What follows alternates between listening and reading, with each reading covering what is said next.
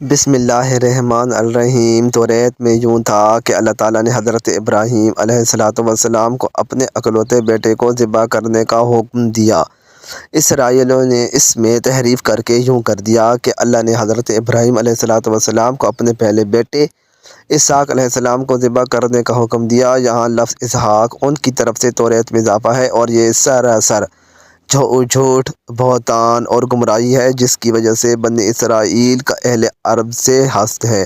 اللہ تعالیٰ نے جس وقت ذبح کا حکم فرمایا اسی وقت حضرت اسماعیل علیہ السلام ہی اکلوتے بیٹے تھے۔ بنی اسرائیل اہل عرب سے اس لیے حسد کرتے ہیں کہ اہل عرب حضرت اسماعیل علیہ السلام کی نسل سے ہیں اور ان میں سب سے افضل اللہ کے آخری پیغمبر حضرت محمد صلی اللہ علیہ وآلہ وسلم بھی ہیں۔ بنی اسرائیل کی شدید خواہش کہ وہ شرف و مرتبہ جو مسلمانوں کو ملا ہے اسے غلط قرار دے کر خود سے منسوب کر لے، اور اپنی اسی جھوٹے منصوبے کی خاطر انہوں نے اللہ کی کتاب توریت میں بھی تبدیلی کر ڈالی۔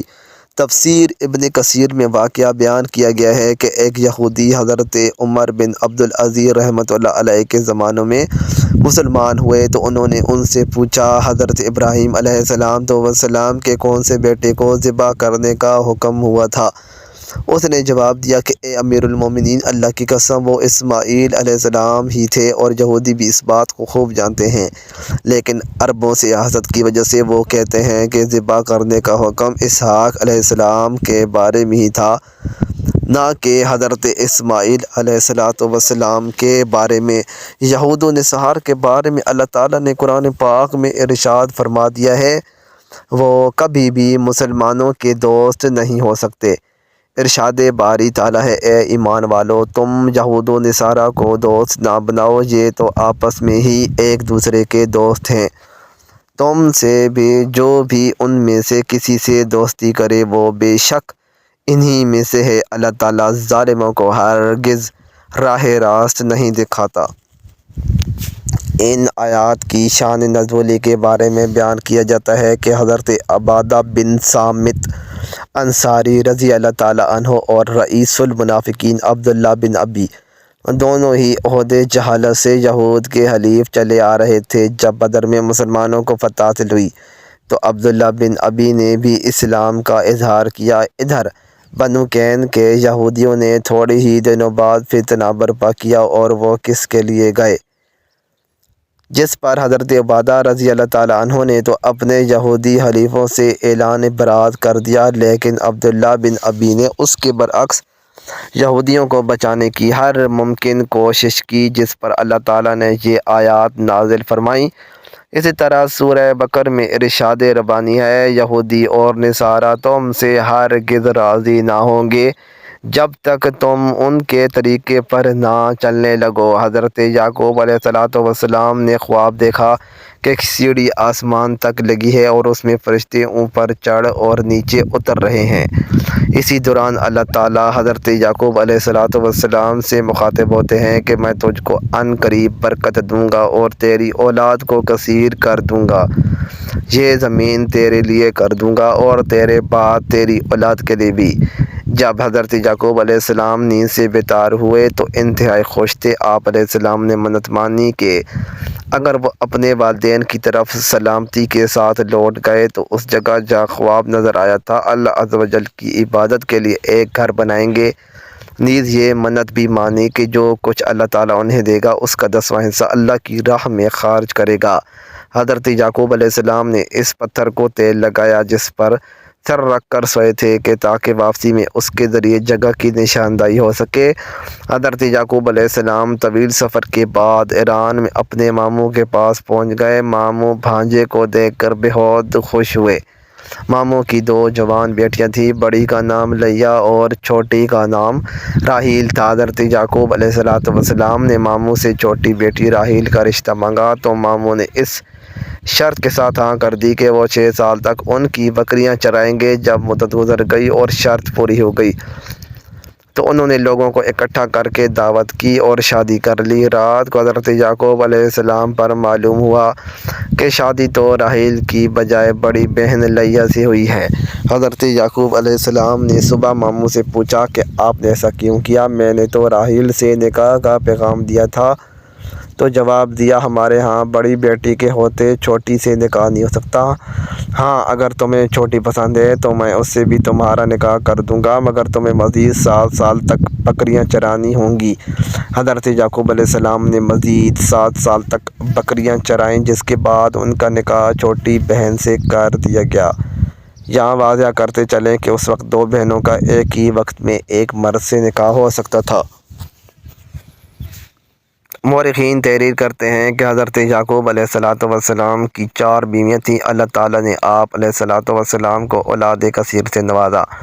آپ علیہ السلام کے 12 بیٹے اور 1 بیٹی، راحیل سے 2 بیٹے پیدا ہوئے، ایک حضرت یوسف علیہ السلام اور دوسرے بنیامین۔ حضرت یعقوب علیہ السلام نے 20 برس تک ماموں کے گھر قیام کیا، پھر انہیں اللہ تعالیٰ کی جانب سے واپس کنعان جانے کا حکم ملا تو انہوں نے اپنے اہل و عیال کے ساتھ ایران واپس جانے کی تیاریاں شروع کر دیں۔ بیٹیوں اور ان کے بچوں سے جدائی کے سبب ماموں اداس و غمگین ہو گئے۔ انہوں نے حضرت یعقوب علیہ السلام کو روکنے کی کوشش کی، وہ تو حکم الہی کے پابند تھے۔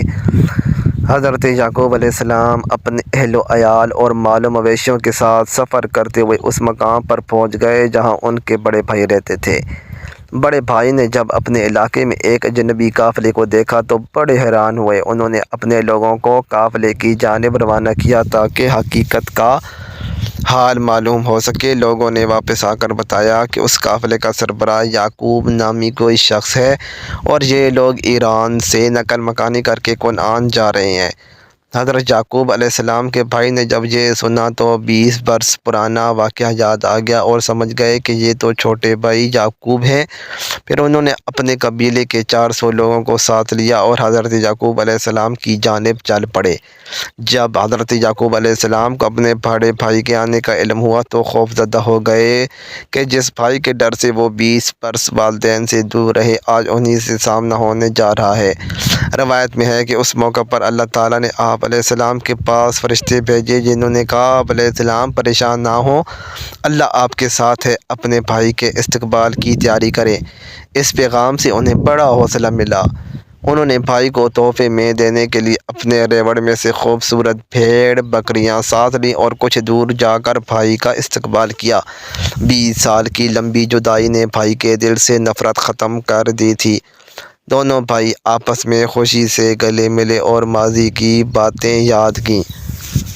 حضرت یعقوب علیہ السلام کو اچھی طرح یاد تھا کہ پہلے جب وہ اپنے ماموں کے پاس جا رہے تھے تو انہوں نے منت مانی تھی کہ اگر وہ اپنے والدین کے پاس سلامتی کے ساتھ لوٹ گئے تو جس جگہ خواب دیکھا تھا وہاں اللہ کا گھر بنائیں گے۔ لہٰذا وہ 20 سال پرانے رستوں کو یاد کرتے ہوئے یروشلم کے قریب اس بستی تک پہنچ گئے جس کے باہر انہوں نے قیام فرمایا تھا۔ بستی کے باہر خیمے نصب کر دیے گئے اور پھر حضرت یعقوب علیہ السلام نے اپنے بچوں کے ساتھ اس پتھر کی تلاش شروع کر دی جس پر انہوں نے تیل لگایا تھا۔ چونکہ اللہ تعالیٰ کی مدد شامل تھی سو جلدی وہ اس پتھر کو ڈھونڈنے میں کامیاب ہو گئے۔ وہ بستی ایک شخص شخیم بن جمور کی ملکیت تھی۔ آپ علیہ السلام نے 100 بھیڑوں کے بدلے اس سے یہ جگہ خریدی اور پھر اپنے بیٹوں کے ساتھ مل کر وہاں ایک عبادت گاہ تعمیر کی۔ یہی جگہ آج بیت المقدس کہلاتی ہے۔ بیت المقدس میں قیام کے دوران حضرت یوسف علیہ السلام کی والدہ حضرت راحیل کے ہاں دوسرے بیٹے بنیامین کی پیدائش ہوئی، لیکن دوران زچگی وہ انتقال کر گئیں۔ حضرت یعقوب علیہ السلام نے انہیں بیت اللہ میں سپرد خاک کیا اور قبر کے سرحانے نشانی کے طور پر ایک پتھر گاڑ دیا۔ آج بھی حضرت راحیل کی قبر اور وہ پتھر موجود ہے۔ حضرت یعقوب علیہ السلام کو اپنی بیوی حضرت راحیل سے بہت محبت تھی، لہذا ان کے انتقال سے انہیں سخت صدمہ پہنچا اور وہ بیت المقدس کی سکونت ترک کر کے اپنے والد کے پاس چلے آئے۔ یہی وہ جگہ ہے جہاں آپ علیہ السلام کے دادا حضرت ابراہیم علیہ السلام بھی سکونت پذیر تھے۔ اس دوران بڑے بھائی بھی وہاں پہنچ چکے تھے۔ حضرت اسحاق علیہ السلام نے دونوں بیٹوں کی موجودگی میں 180 سال کی عمر میں وفات پائی۔ حضرت یعقوب علیہ السلام کو چھوٹی بیوی سے ہونے والے 2 بیٹوں حضرت یوسف علیہ السلام اور بنجامین سے بے حد محبت تھی اور انہیں ہمیشہ اپنے ساتھ رکھا کرتے تھے۔ سوتیلے بھائیوں کو یہ بات بہت بری لگتی تھی اور وہ ان دونوں بھائیوں کو رنج و تکلیف کا کوئی موقع ہاتھ سے جانے نہ دیتے۔ حضرت یعقوب علیہ السلام جانتے تھے کہ بڑے بھائی ان دونوں سے حسد کرتے ہیں۔ حضرت یعقوب علیہ السلام نے اپنی زندگی کا بڑا حصہ رنج و غم میں گزارا۔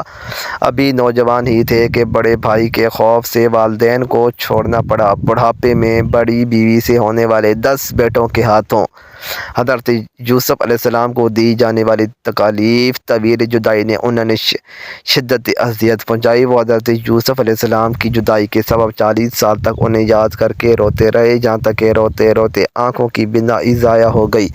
آخر 40 سال بعد اللہ تعالیٰ نے حضرت یعقوب علیہ السلام کو بیٹے سے اس حیثیت میں ملایا کہ وہ ولی مصر تھے۔ حضرت یعقوب علیہ السلام اپنے بیٹے حضرت یوسف علیہ السلام کے پاس مصر میں 24 سال تک مقیم رہے۔